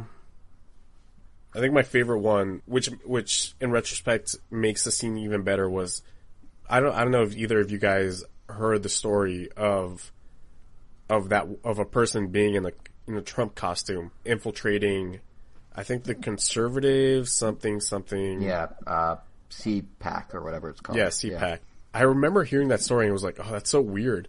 But then seeing the movie and realizing that was Sacha Baron Cohen, it was like, it was him this entire time. How was this kept hidden? I think he did an interview. I don't remember with what outlet it was, but he was like, yeah, they, security escorted me out, but they didn't ask any, like, questions aside from that. Like, they didn't have me take off my mask. They didn't ask me for an ID, nothing like that. So I thought that scene was hilarious, but then just realizing that it was Borat the entire time just, like, elevated it to like a different level for sure for me personally. There's one I thought was actually, this one was probably scripted, but I really enjoyed how he had to keep faxing back home, and, like, their faxes were, like, one word, and that poor Kinko's guy had to keep, like, sending it back and forth. I thought that was kind of funny. I also, like, I mean, this one's a little more like, because, like, you know, I'm Jewish and it kind of, my family went through Holocaust, but, like, how nice that woman was when we went to the synagogue. When I saw that scene, I was like, oh, that's, like, the sweetest, like, old lady, like, I've ever seen. Yeah, and then it turns out she's, since died, so not, but he dedicated the movie to her afterwards. And it was the one time I read about this after the fact, it was the one time he broke character ever after doing a bit, is he went through that, he stayed in character, and then afterwards he told her, hey, I'm actually this guy, this is all a bit, et cetera, because she was so nice to him, he felt so bad about putting her in that position that he actually, for the first time in his history, has ever broken character to explain to someone what was going on. But the crazy thing is, apparently, he dedicated the movie to her, and I think he gave her money towards something or something like that, and then she passed away, and now her family's suing him. Even though she was totally okay with what happened and accepted, you know, how. Well, I think it's because there's actually, we're just taking Sasha's word for it. I don't. Oh, you think there's more to it? Yeah, you think there's more to it? Well, like, not that he's lying, but I mean, is there actually? How do I explain this? Is there video evidence backing what he's claiming about how she responded and what he told her? And I don't want to get like conspiracy theory here, but yeah, it's like he is just saying it. I don't think any of the producers have said that he's actually gone and done, like, actually apologize later on. That's fair. Like, I totally believe him, but I understand where the family would be coming from, where it's like, Yeah. well, she never told us that you apologized. Like, you know, that kind of thing. Totally fair. But more to the point, just how nice she was in the face of, like, something like that. Like, cause, you know, especially if you went through it, you could easily go the other way and snap at someone. But the fact, you know, yeah. It's a weirdly touching moment in a movie that's so full of absolutely, like, insane realities that we live in. Right. Yeah. So, that might have been my favorite, even though it wasn't particularly funny. Angel? I don't know. Still can't really think of one. Like, there wasn't like one like specific like standout scene for me, I guess. Yeah. We were talking about the end, the running of the American, I think. That probably would have to be it if I had to think of one. Yeah, probably just like the running of the American. That's pretty funny. Who was it? It was Trump. It wasn't Fauci. It was just a. it was just a normal American, a Karen, and a Fauci. Oh, it was a Karen. There we go. There wasn't a Trump on there? No, I think there wasn't Trump. No, there wasn't Trump. It was just a regular Oh, okay. American. You know, he had a hot dog in one hand, and I forgot what he had on the other. And they were both like All Americans just have hot dogs in one hand. they were not wearing a mask and they were sneezing. Oh, right. The sneezing. Yeah, I also think it's going to be interesting to rewatch this movie. And I think our favorite scenes may change. Like, if you rewatch this movie in like 10 years, like if you go back and watch the first Borat, I'm curious how like indicative it is of like 2004 America. And if you go and rewatch this in like 2030, I'm kind of curious how like, wow, that was 2016 America. But again, because it's so like mask off now, like it might not have the same impact. But I am kind of curious to go watch the first one again and see like, oh yeah, that was 2004 America. Like that was like those were, you know, like the jokes about Bush or whatever. Like it, yeah, I'm kind of curious how it holds up, you know, 16 years later. Right. It's been 16 years since the first. I think it came out in 04, right? It was around there. I was 11 when that movie came out. Jesus Christ. Actually, yeah, that checks out because I was in high school when it came out, and you're 4 years younger. So that's more than half of my life. Jesus. Oh my God. Yeah. So old. Hey, we're older, Angel and I. So. By a couple of years. I mean, it still is older. Right. No, Cool. Wait. no, I said no. I'm sad because of Oh, sorry, Angel. a reminder of the passing age of time. You know, as we keep emphasizing, our time on this earth isn't long. We'll make the best of it. Our time on this earth is long. Angel, do you want to talk about Marona's Fantastic Tale? Yeah, so I'm guessing neither of you have heard of that movie unless I brought it up, right? I have not. It feels like tonal whiplash from Borat, which is perfect. I know. I dropped a trailer to it in This is Tonal Whiplash, the podcast. Yeah. Remember, we did. I forgot what we did, and then we did RTJ4. Oh, right. It was. Yeah, we were talking about something silly, and then we're like, so let's get to the serious. And it was in the peak of the protest this summer too. Yeah. Yeah. Yeah. All right. Sorry, Angel, you were saying? No, I know I dropped a link to the trailer for this film in the chat that I'm in that has you, Elvis, and a bunch of the other friends that are more exclusive to, I guess, your guys' group. But essentially, it's a French animated film that actually was released this week. It made its tour around film festivals for a while, and it got a lot of awards. But I mean, I obviously found this out a few months ago because I was kind of like keeping track of this movie, and yeah, it finally came out, and it was the movie of the week that I picked. And damn, it's a nice reminder why I need to check out films from other countries more often, because it's not like I'm just exclusively watching like I guess American animated films or Japanese animated films, but I have watched like The Little Prince. I think that's also a French film, or it's definitely from another country. And I think The Breadwinner also falls in that category. Both great films. But yeah, Marona is a French one, and if I have to describe its animation, it's just extremely abstract and almost avant-garde in a way. Like you have a lot of characters that, besides Marona, who's like the only character that has a kind of a consistent shape, everything else kind of like for example, as a character is walking, their lines may essentially like evaporate into the air or move all over in crazy ways and then just kind of reshape. Like no one just does something normally. Like if they take like one step, their legs might like twist in all these crazy directions as they're taking the step. and then, do what they gotta do. But it's just super trippy. Like I know for a fact, like if someone like had eaten like maybe like, like special brownies or something while they're watching that movie, like they would probably they'd probably be like going crazy because it's just like a mind trip, just visually. Like if you could literally just watch that movie with like on mute. I mean, it is French, but right. You can also just not read the subtitles, and you'll still be entertained. Like, is it a full length movie with this style? Like, is it like a short, or is it like a full hour and a half? It's a full hour and a half movie, and wow, yeah, it's just very. Were any of you guys on special brownies when you watched this movie? No, we were just watching it normally. He says with a chuckle. No, yeah, but it was really cool. I really liked it, and it definitely. I don't know. I guess because of the art style, it just really. I don't know. It really takes on a different form. I mean, I guess it's very interpretive. It can be confusing, or it can be like, "Whoa, what's going on?" But the story is still pretty simple. Like in a nutshell, the story is about a dog. Like it follows a dog that pretty much going through its life. Like you go through each different owner, seeing like all the hardships it went through, the ups, the downs.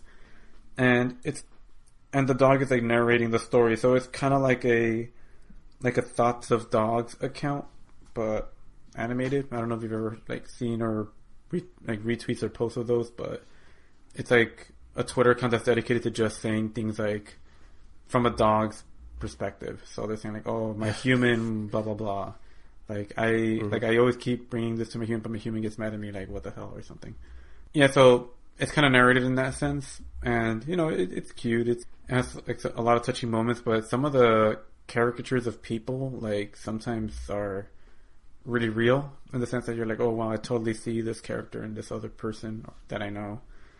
But I would really recommend you at least like watch a trailer for it because it just looks like nothing I've ever seen before, and the art style is like all over the place. Like you have some characters that there's very few that are actually CG. Most of them are 2D. There is also kind of like a blend of like characters that look like they're kids' drawings. I don't know, it really is like all over the place. I don't know, it's also just kind of sad, and like, I guess really quick spoiler alert, just cause I guess I don't really want to say too much about the film, cause I really do, I do recommend it, especially if you have a pet. But, spoiler alert, if you watch a trailer, or if you watch the film, like, the movie literally begins with the dog dying. And so, like, it's already definitely, like, on the sadder end of films, but I feel like, it does a good job of just kind of getting you to take a step back and just get retrospective about, like, what a pet means to you, like, how you think the pet maybe perceives the world. And, then you look over at Dante, the black Labrador that we have in our lives, my sister's dog and her husband's. He's like a doofus, but we still love him, and we say like, oh, we wonder if like maybe he's like annoyed by some of the things we do, or maybe he really is just that unconditional love that he has. It's like, damn, must be nice to have to be a dog sometimes. Does not really worry about anything. They're just happy being next to us, but we always kind of our happiness. Or I guess things that would make us happy is always changing. Or I guess like we can't really stay constant for too long, otherwise I guess we start to get depressed. But doesn't seem to be the case with dogs. But yeah, Marona, fantastic tale. French film I wouldn't expect to end up really liking, but it's an awesome, different. It's a nice change of pace. You won't find anything animated like that here in the US, or honestly, like even like. After all the anime movies I've seen, it's definitely way different. Like, you think, like, Japanese films could get weird, or, like, ooh, weird anime, and I've talked about that. French weird is the most weird. The Kappa anal cavity ball thing. I will never get tired of hearing that string of words. Yeah. Like, it's not gross or weird, but it's just, like, I would say probably just as weird, if not weirder than that, just from what you're seeing visually. The other one is more shocking, if anything. But, and this one sounds more like avant-garde, if anything. Yeah. Mm-hmm. Yeah, if you've ever seen any of those avant-garde films, it looks like a college art house film or something. Mm-hmm. But definitely very interesting. I would recommend it. Cool. So, this was a very good week for gamers. Yeah, the Game & Watch, man. It's great. Impressions next week. Stay tuned, folks. Yeah, there you go. What else came out this week for Nintendo?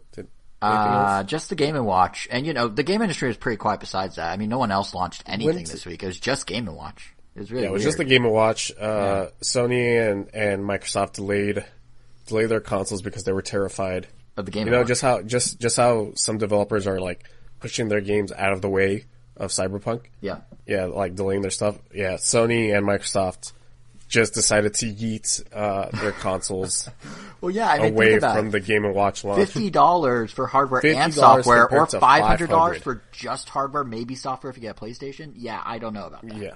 Value proposition. That was a losing battle. Totally. That was a lose-lose situation for these guys. Totally. No, so two consoles launched. The next generation is officially here. Mm-hmm. Microsoft launched the Xbox Series line of Xboxes, I guess. The Xbox Series line is. I don't know.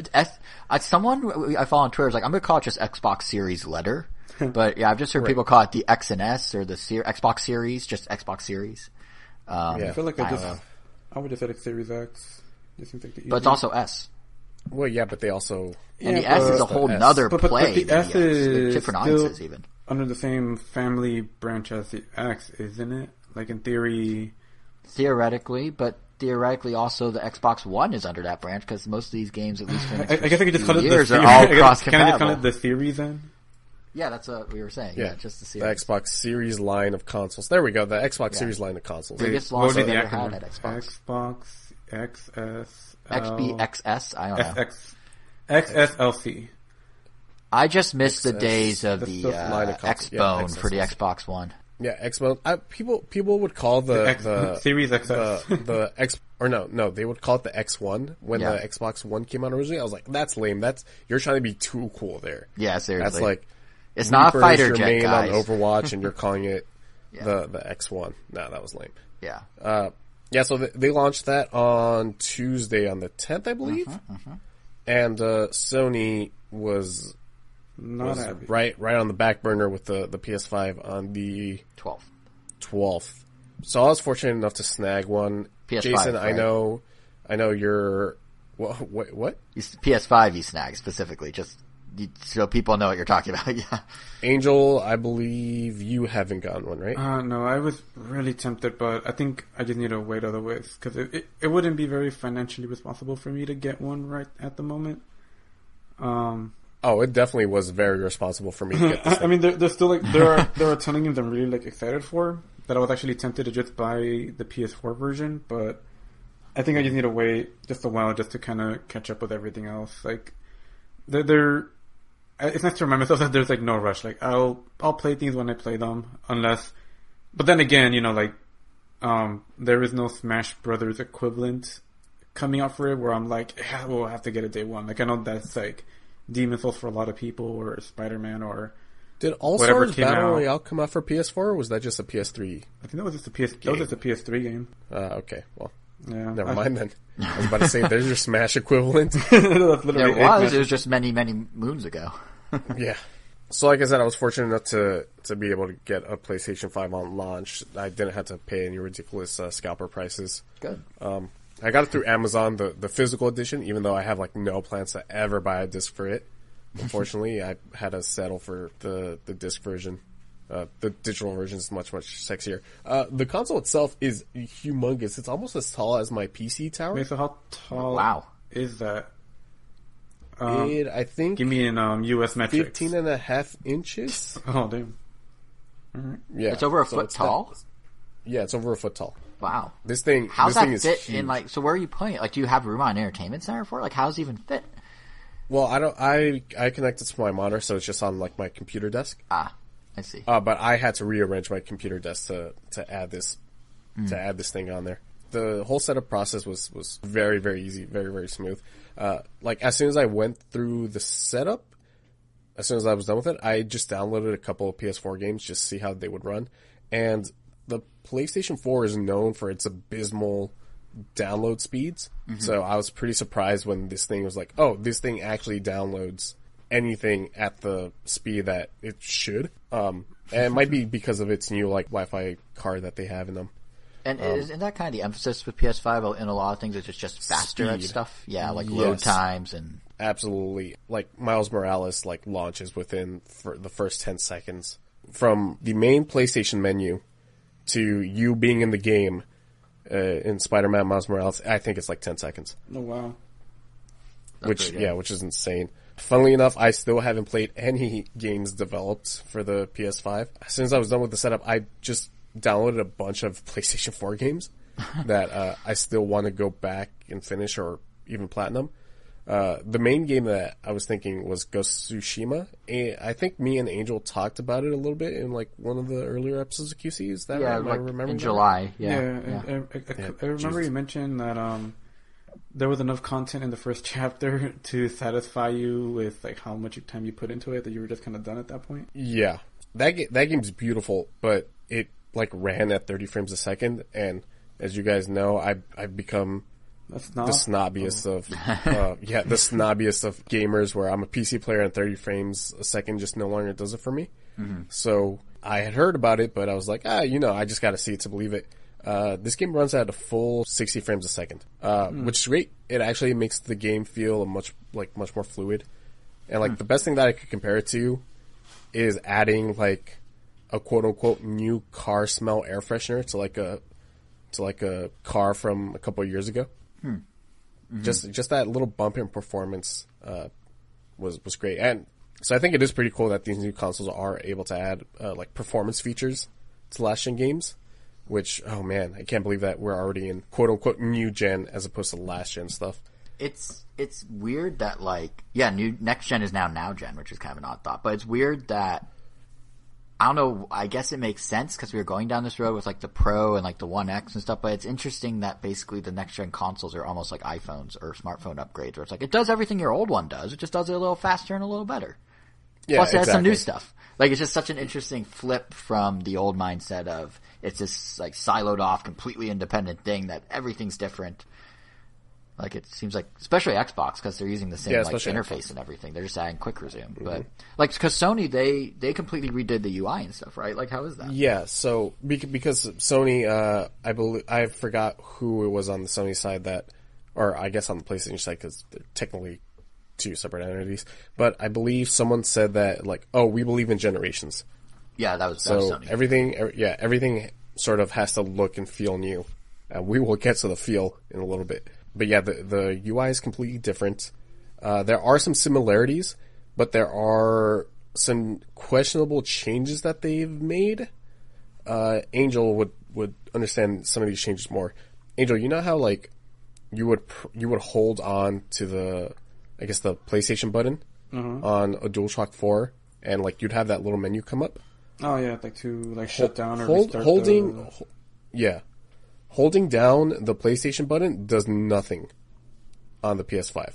Oh, wait, so how do you shut it down from... You just tap it, and you have like this little, what they call control center, this row of options at the bottom that you can choose. So you press the PS button and you get these options, which is like switch between games, go to your friends list, and it's horizontal as opposed to the vertical nature of the little mini menu on the PS4.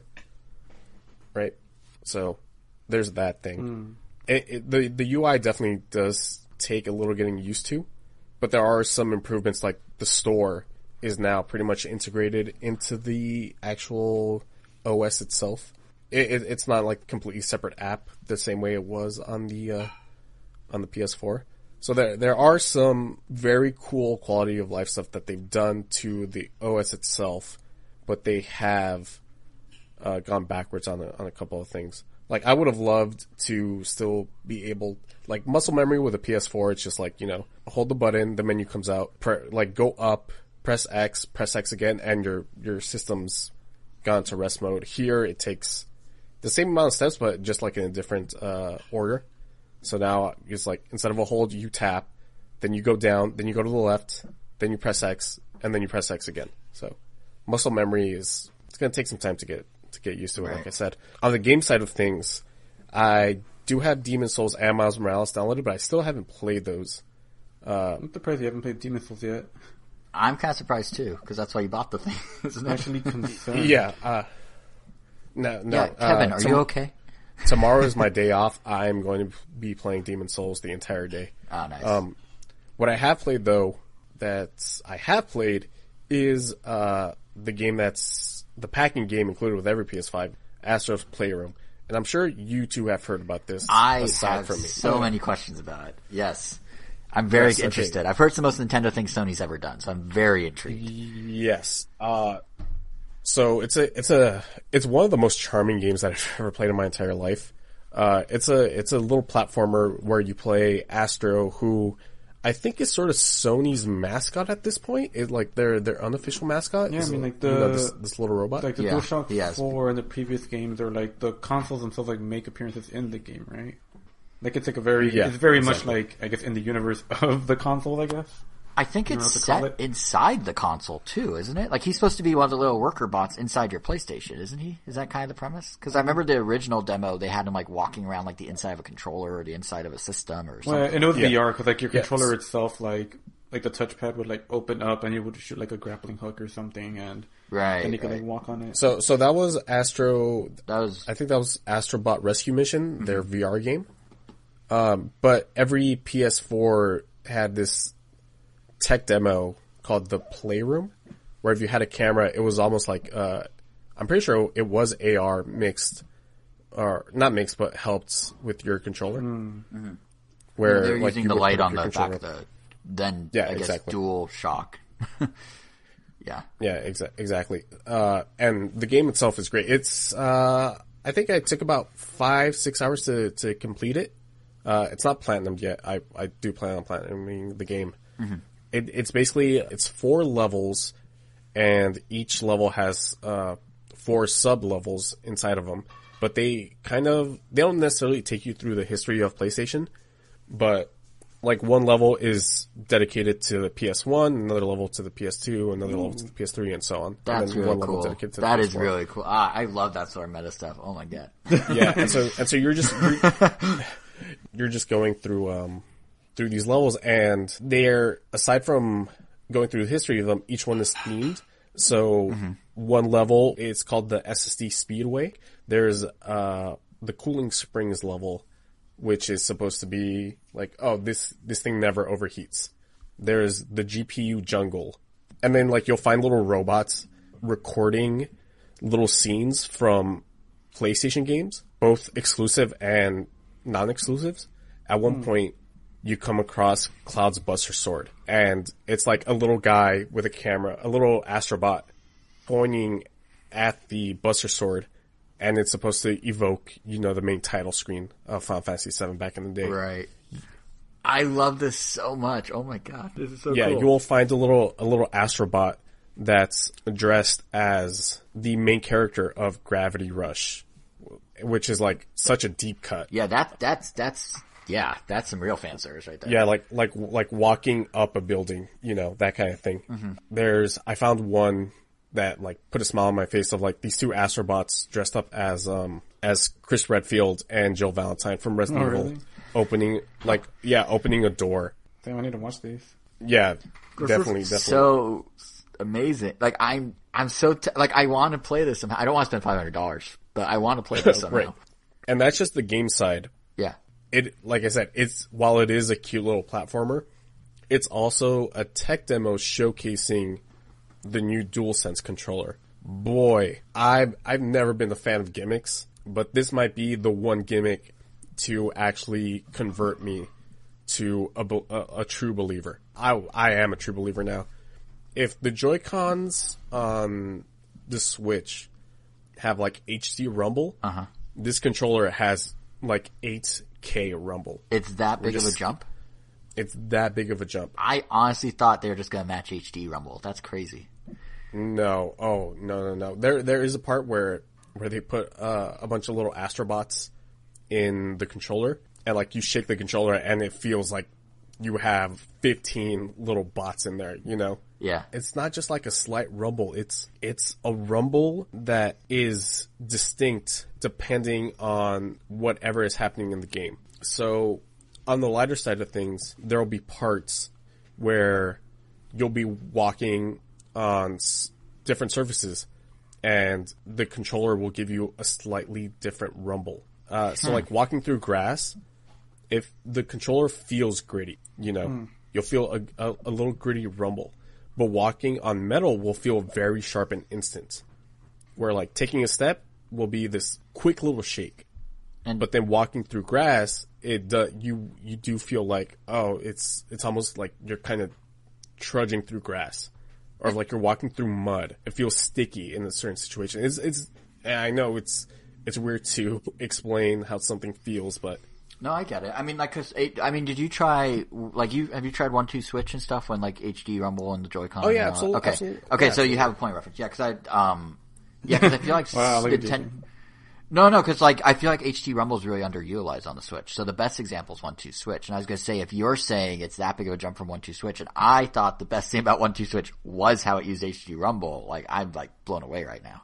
Right. That's crazy. That's that good. Cause like Mario Odyssey tried to use it a little, but like for the most part, HD Rumble has been kind of this unused, underutilized thing on Switch. So I'm hoping if PS5 is that good that it gets picked up, cause that sounds insane what you're describing. Yeah, and like I'm hoping that the devs do take advantage of this well into the future because, you know, stuff like this is usually implemented towards the beginning of a peripheral's like lifespan. Like you said, with like 1-2 switch. Mm-hmm. And then later on, no one will even try. Just like the touchpad on the DualShock 4. Right. Some devs used it like as extra buttons, or you would have to like swipe on it to do a certain thing, but eventually it just became a big map button for like open world games. Mm-hmm. But a little bit more on the controller. Then, so like that's, you know, your Astro just walking through these fields, or just like on different surfaces. But then there'll be a part where you're sort of like in a small sandstorm, and the controller will rumble, but it will rumble like it has also sand in it. It's I just don't understand how to, yeah.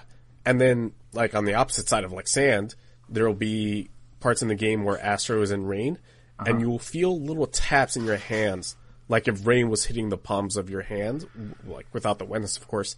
But it's almost like this thing is just coated in little motors that, you know, give you this sensation, this truly, quote-unquote, next-gen experience. It feels next-gen, as opposed to, you know, just the graphical upgrade to some of these games. I think the real star of the show are the triggers, which they call adaptive triggers, which is like, I don't know, haptic feedback on crack. These triggers will just be given tension on the fly. It's not something that you have to manually like, I know you could change the tension where, like, on the Xbox Elite controllers, like how much you have to push down. Yeah, exactly. Yeah. You can choose how far down you want it to activate. Mm-hmm. But this is much more different. Like, there'll be a part where you're controlling a rocket ship with like two boosters on the left and the right, and you really got to push on these triggers to activate the boosters. The part that amazes me is, like, you have that part, right? I had to pause the game for some reason, and when I paused the game, the triggers are back to just being regular triggers, where it's like crazy. Huh.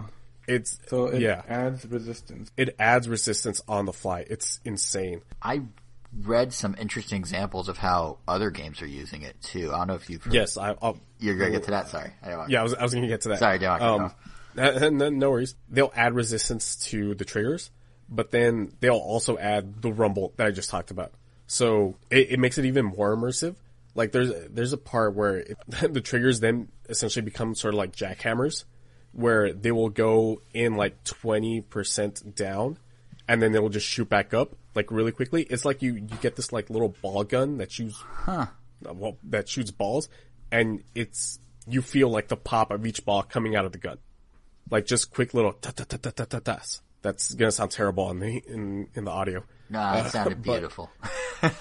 Yeah. Ta ta ta ta ta.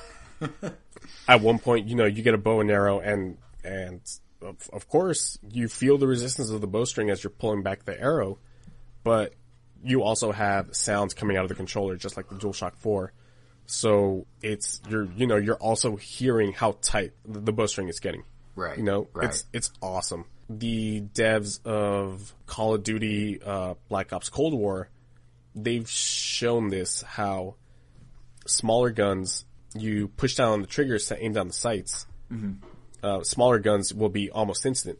But if you have like a big bazooka, you will really have to, they will add tension to it. So it feels like you're aiming down a bigger gun, or a rocket launcher. Yeah, I think Fortnite's doing similar. That's what I heard about. Yeah, what is Fortnite doing? Do you know? Well, so depending on the gun you shoot, it's gonna be pressing differently. Yeah, basically what you're describing with Call of Duty, but maybe not to this extent. But yeah, Fortnite's doing that. Did you hear about NBA 2K? That's honestly my favorite of the bunch because it's such an interesting. So as your players get fatigued as you're running around the court, it'll be harder to throw the ball. Oh wow! Which is really cool in concept. Really interesting. Like it'll be harder to press that button and get that ball thrown. Like it'll resist more the more tired they are, and then you have to go bench them. Like I think like the possibilities of this are so like this is a very Nintendo-y type of innovation. It's really cool. There are accessibility features in it, so if you are having trouble, pushing down on a trigger, you can completely turn off these features off. You can turn off the rumble if you want. You can turn off the triggers if you want. That's thoughtful. That's that's cool. And like I said, hopefully this goes well into the PlayStation 5's lifespan because I think it's super cool. Like I said, I've never been a fan of gimmicks. On the 3DS, I will turn off the 3D. I don't care much for HD rumble aside from, if a minigame needs it, like in 1-2 switch. But this just adds so much immersion to like these already great looking games. I know in Spider-Man, when you're actually web swinging, there is a light tension to the triggers as opposed to on the PS4 where, you're just pushing down the trigger like nobody's business. It's really cool. It also makes sense now why Sony doesn't want to let you use a DualShock 4. Although the fact that you can't turn off these features, it's like, well, I mean, it is possible.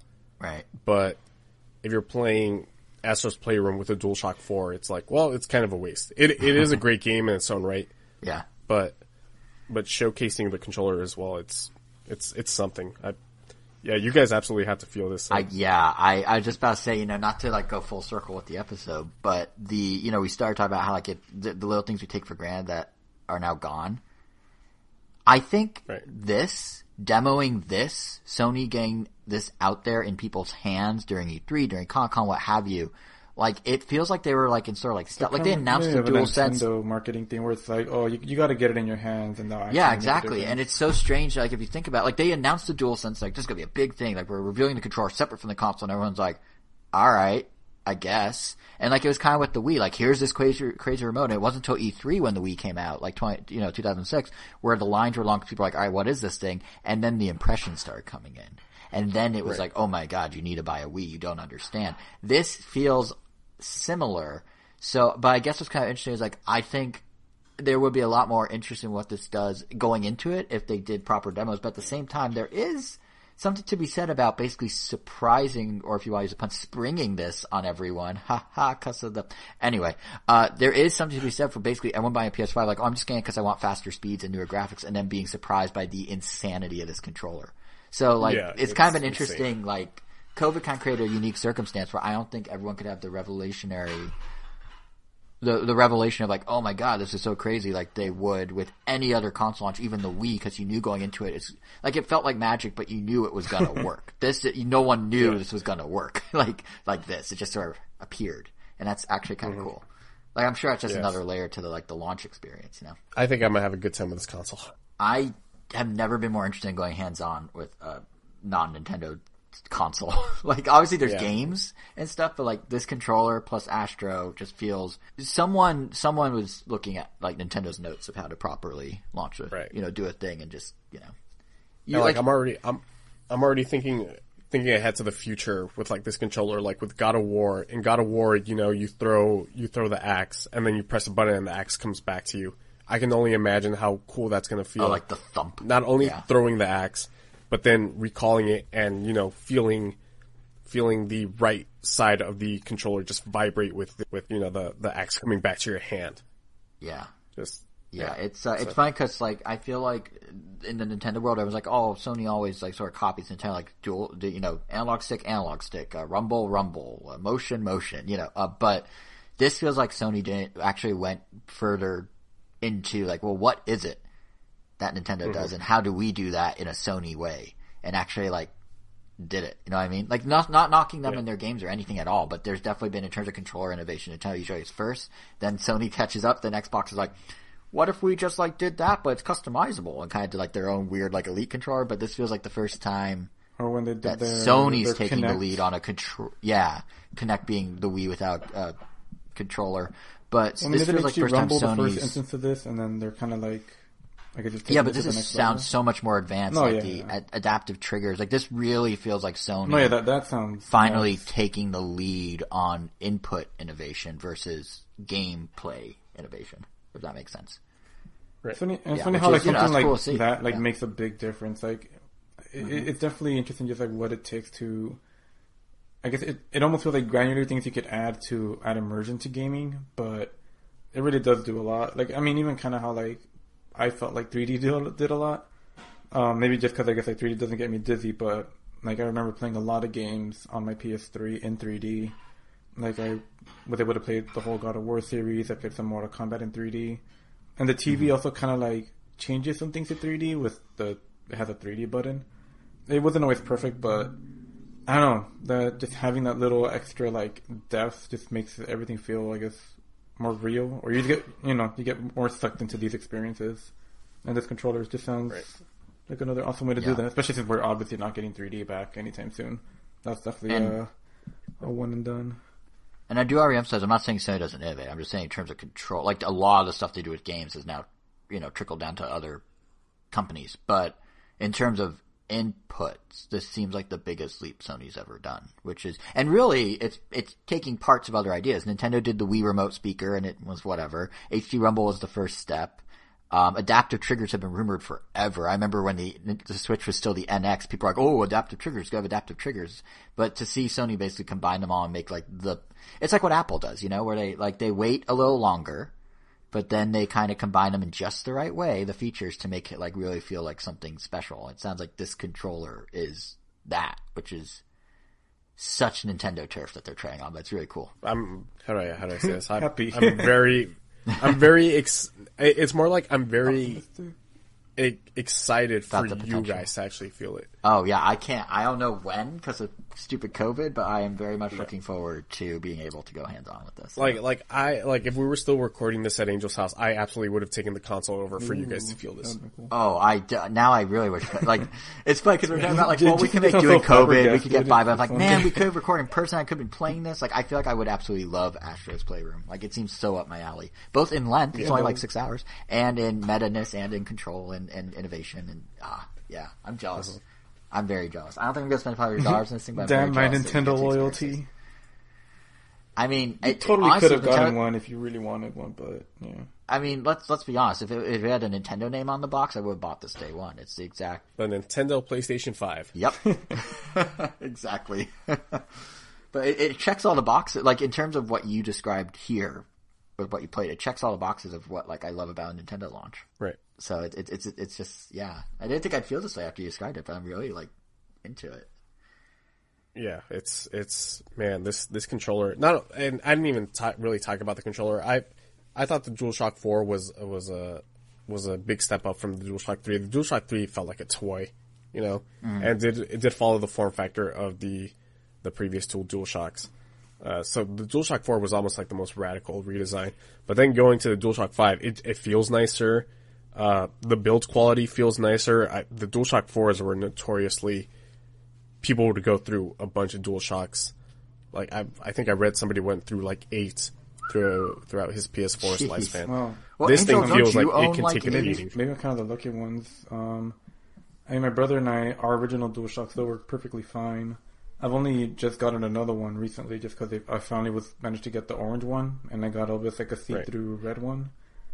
And besides those two, I mean, he got, I guess, technically a second and third one when he got his Batman PS4. Then he got the Monster Hunter one, so that's another Monster Hunter one.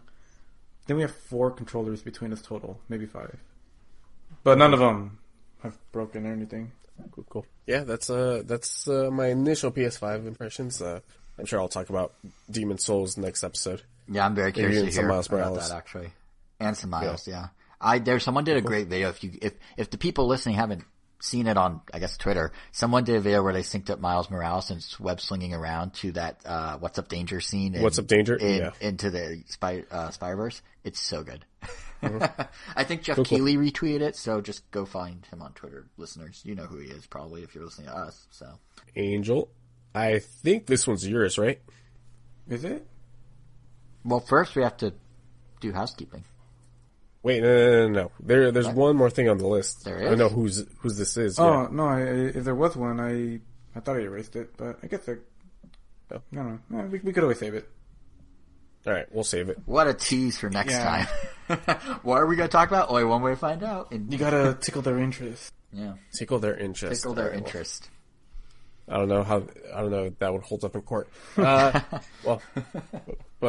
Anyways, housekeeping. Let us know what you thought about the podcast. If you have any impressions of your own about the PlayStation 5 or weird French movies or even in-car events. Or let us know. His wife. I didn't do the voice right. Or his wife. I tried to do it like as an inquisitive thing and I botched it. Nice. Subscribe to our podcast on Spotify, Apple Podcasts, Pandora, Google Podcasts, TuneIn, iHeartRadio, all that jazz. On Twitter, we are Random Nintendo. Oh, no. Let's rewind. We are. You're not wrong. We are. No, hold on. Because we are Random Nintendo.com on YouTube. There you go. Then I get into... You would think that I'd get better at this. Every now and it's then... It's only the 13th episode. It's okay. Yeah. We are Random Nintendo on Twitter. Individually, Jason is at JSR7. Angel is at Weiro_O.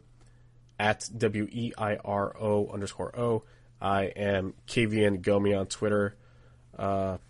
And I think that's pretty much wraps it up. Next week, we will have a brand spanking new episode of Random Nintendo, where we will talk about the competition to the Xbox Series of consoles and the PS5. Good old Game & Watch. Game & Watch. Speaking of, I'm going to just say it because we're doing teases. Definitely tune in next episode because we're going to have a giveaway of said competition. So if you want to know how you can win your own Game & Watch for free, tune in and we will tell you. Sold out.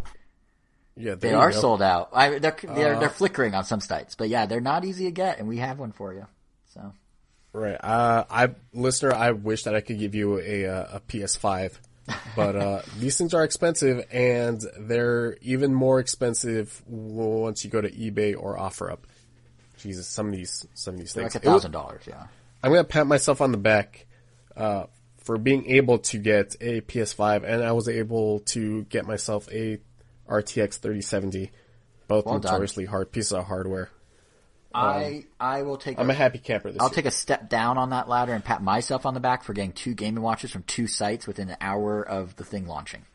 That's pat on the back worthy. So you have the bigger pat for sure. I have the more expensive pat, and my bank account is yelling at me. And mine is like, thank God you're a Nintendo fan. Yeah. So yeah, that'll do it for this episode. Jason, take us out. Game & Watch giveaway next week. Tune in. Don't miss it. You want one.